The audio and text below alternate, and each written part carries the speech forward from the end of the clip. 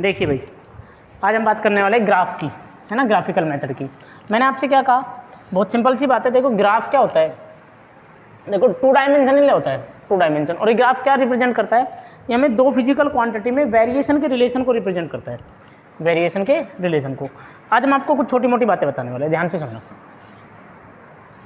ठीक है। देखिए सबसे पहली बात तो समझिए कि मान लो अगर कोई ग्राफ ऐसे बन रहा है और वो स्ट्रेट लाइन आता है, मान लो, तो ये एक एंगल होगा थीटा। एक्चुअल में ये जो एंगल है tan थीटा, यानी कि inclination of line, inclination of line, या मैं कह सकता हूँ gradient of line, gradient of line या स्लोप ऑफ लाइन कह दें, स्लोप ऑफ लाइन। ये जो स्लोप है ना, slope of line tan theta, ये एक्चुअल में ये नेचर को रिप्रेजेंट करता है किसी भी मोशन के। इसको रिप्रेजेंट करता है नेचर को। अब ये कैसे करता है देखिए, इधर मैं आज आपको एक वेलोसिटी और टाइम के, एक सॉरी डिस्प्लेसमेंट और टाइम के बीच में रिलेशन को रिप्रेजेंट कर दूंगा। देखिए पहला एक ग्राफ है मेरा, मान लो पहला एक ग्राफ नंबर फर्स्ट, मान लो मेरा पहला एक ग्राफ आता है तो कुछ इस तरह से आता है, इस तरह से कि भैया हमारा एक ग्राफ ऐसे आया कि इस तरफ ये टाइम है, मतलब इधर बढ़ेंगे तो टाइम बढ़ेगा और इधर जाएंगे तो टाइम घटेगा।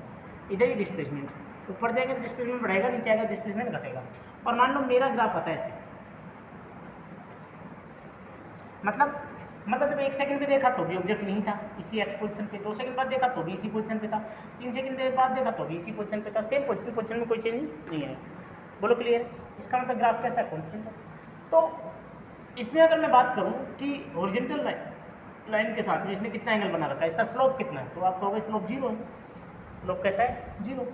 तो अगर स्लोप थीटा 0 है तो इसका मतलब मोशन नहीं होगा, मोशन नहीं है, मोशन नहीं है। इसका मतलब क्या हुआ, इसका मतलब ऑब्जेक्ट एट रेस्ट। तो रेस्ट के लिए ग्राफ हमारे पास आएगा। बोलो क्लियर है?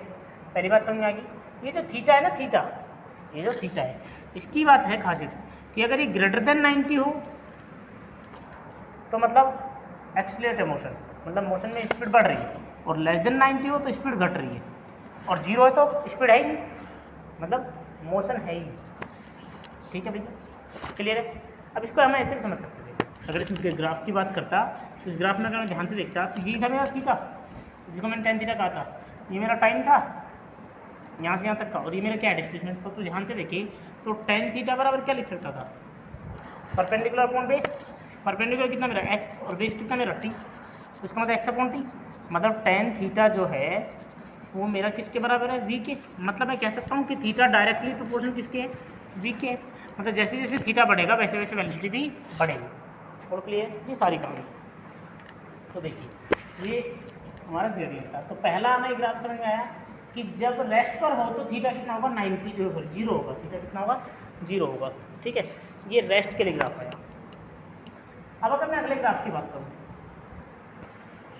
सेकंड, कि मेरा ग्राफ ऐसे आता है, ये मेरा थीटा, ये मेरा थीटा हर बार कांस्टेंट है कि नहीं, हर जगह कांस्टेंट है। इसका मतलब मोशन भी कैसा है, कांस्टेंट है। ठीक है, इसका मतलब क्या है, मोशन भी कैसा है, कांस्टेंट है। कांस्टेंट मोशन से मतलब इसमें स्पीड चेंज नहीं हो रही है, स्पीड वेरी नहीं कर रही है, स्पीड जो थी वही रहेगी। बोलो क्लियर है? अब ठीक है भैया, तो ये कैसा है, ये यूनिफॉर्म मोशन। कैसा है, यूनिफॉर्म मोशन। क्यों? क्योंकि थीटा मेरा क्या है भैया, कांस्टेंट है, वरी नहीं कर रहा है। अब कांस्टेंट है, वरी नहीं कर रहा है, इसका मतलब मेरी वेलोसिटी भी कैसी है, कांस्टेंट है। मेरी वेलोसिटी भी कैसी है, कांस्टेंट है। और ये रिलेशन किसका आ जाएगा, ये x डायरेक्टली प्रोपोर्शनल t का। क्लियर? चलिए अब अगले अगर ग्राफ की बात करूं तो मेरा अगला ग्राफ क्या है, देखिए अगर मेरा अगला ग्राफ कुछ इस तरह से आता है,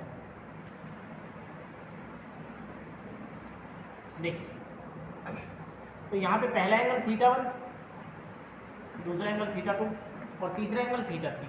क्या मेरा एंगल वरी कर रहा है? बिल्कुल कर रहा है। थीटा कांस्टेंट नहीं है, थीटा कंटिन्यूसली इंक्रीज हो रहा है, कंटिन्यूसली इंक्रीज हो रहा है। इसका मतलब वेलोसिटी कंटिन्यूसली क्या हो रही है, इंक्रीज। और वेलोसिटी अगर टाइम के रेस्पेक्ट में चेंज होती है तो वहाँ पे क्या अप्लाई हो जाता है, एक्सेलरेशन। क्या आ जाता है, एक्सेलरेशन। यहाँ पे एक्सेलरेशन। तो ये मोशन कैसा है,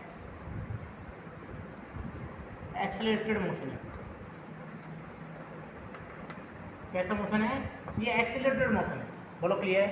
तो एक्सेलरेटेड मोशन के लिए ये वाला ग्राफ। और अगर मेरा ग्राफ कुछ ऐसा है,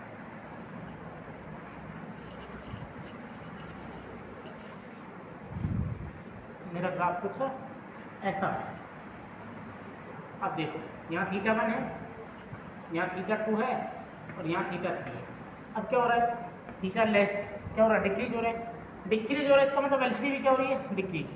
इसका मतलब यहाँ एक्सेलरेशन कैसा है, नेगेटिव है। मतलब ये कैसा मोशन है, रिटार्डेड मोशन है। कैसा मोशन है, रिटार्डेड मोशन है। बोलो क्लियर, मोशन है रिटार्डेड। अब कुछ बातें सुनना अच्छे से। एक्चुअल में स्पीड डिस्प्लेसमेंट और टाइम के बीच में जो ग्राफ होता है, ये मान लो डिस्प्लेसमेंट है, टाइम t है, इसके बीच में जो ग्राफ होता है, इस ग्राफ का स्लोप तो मैंने आपको बता दिया कि इसका स्लोप जो है वो रिप्रेजेंट करता है वेलोसिटी को या स्पीड को। जो स्लोप है वो वेलोसिटी या स्पीड को रिप्रेजेंट करता है। लेकिन जो एरिया होता है ना, एरिया ये वाला, अगर कोई तुमसे पूछे कि एरिया किसको रिप्रेजेंट करता है तो किसको रिप्रेजेंट करता है, ये एरिया। तो ये एरिया रिप्रेजेंट करेगा, अगर मैं ध्यान से देखूँ मान लो तो देखिए कि क्या होगा, अगर इस ट्राइंगल के एरिया की बात करूँ तो ये क्या होगा, टी, और ये क्या होगा, एक्स। तो ये 1/2 बेस इंटू हाइट होता है, नहीं होता है, एक्स इंटू टी। यानी कि ये डिस्प्लेसमेंट और टाइम के प्रोडक्ट को रिप्रेजेंट करता है, डिस्प्लेसमेंट और टाइम के प्रोडक्ट को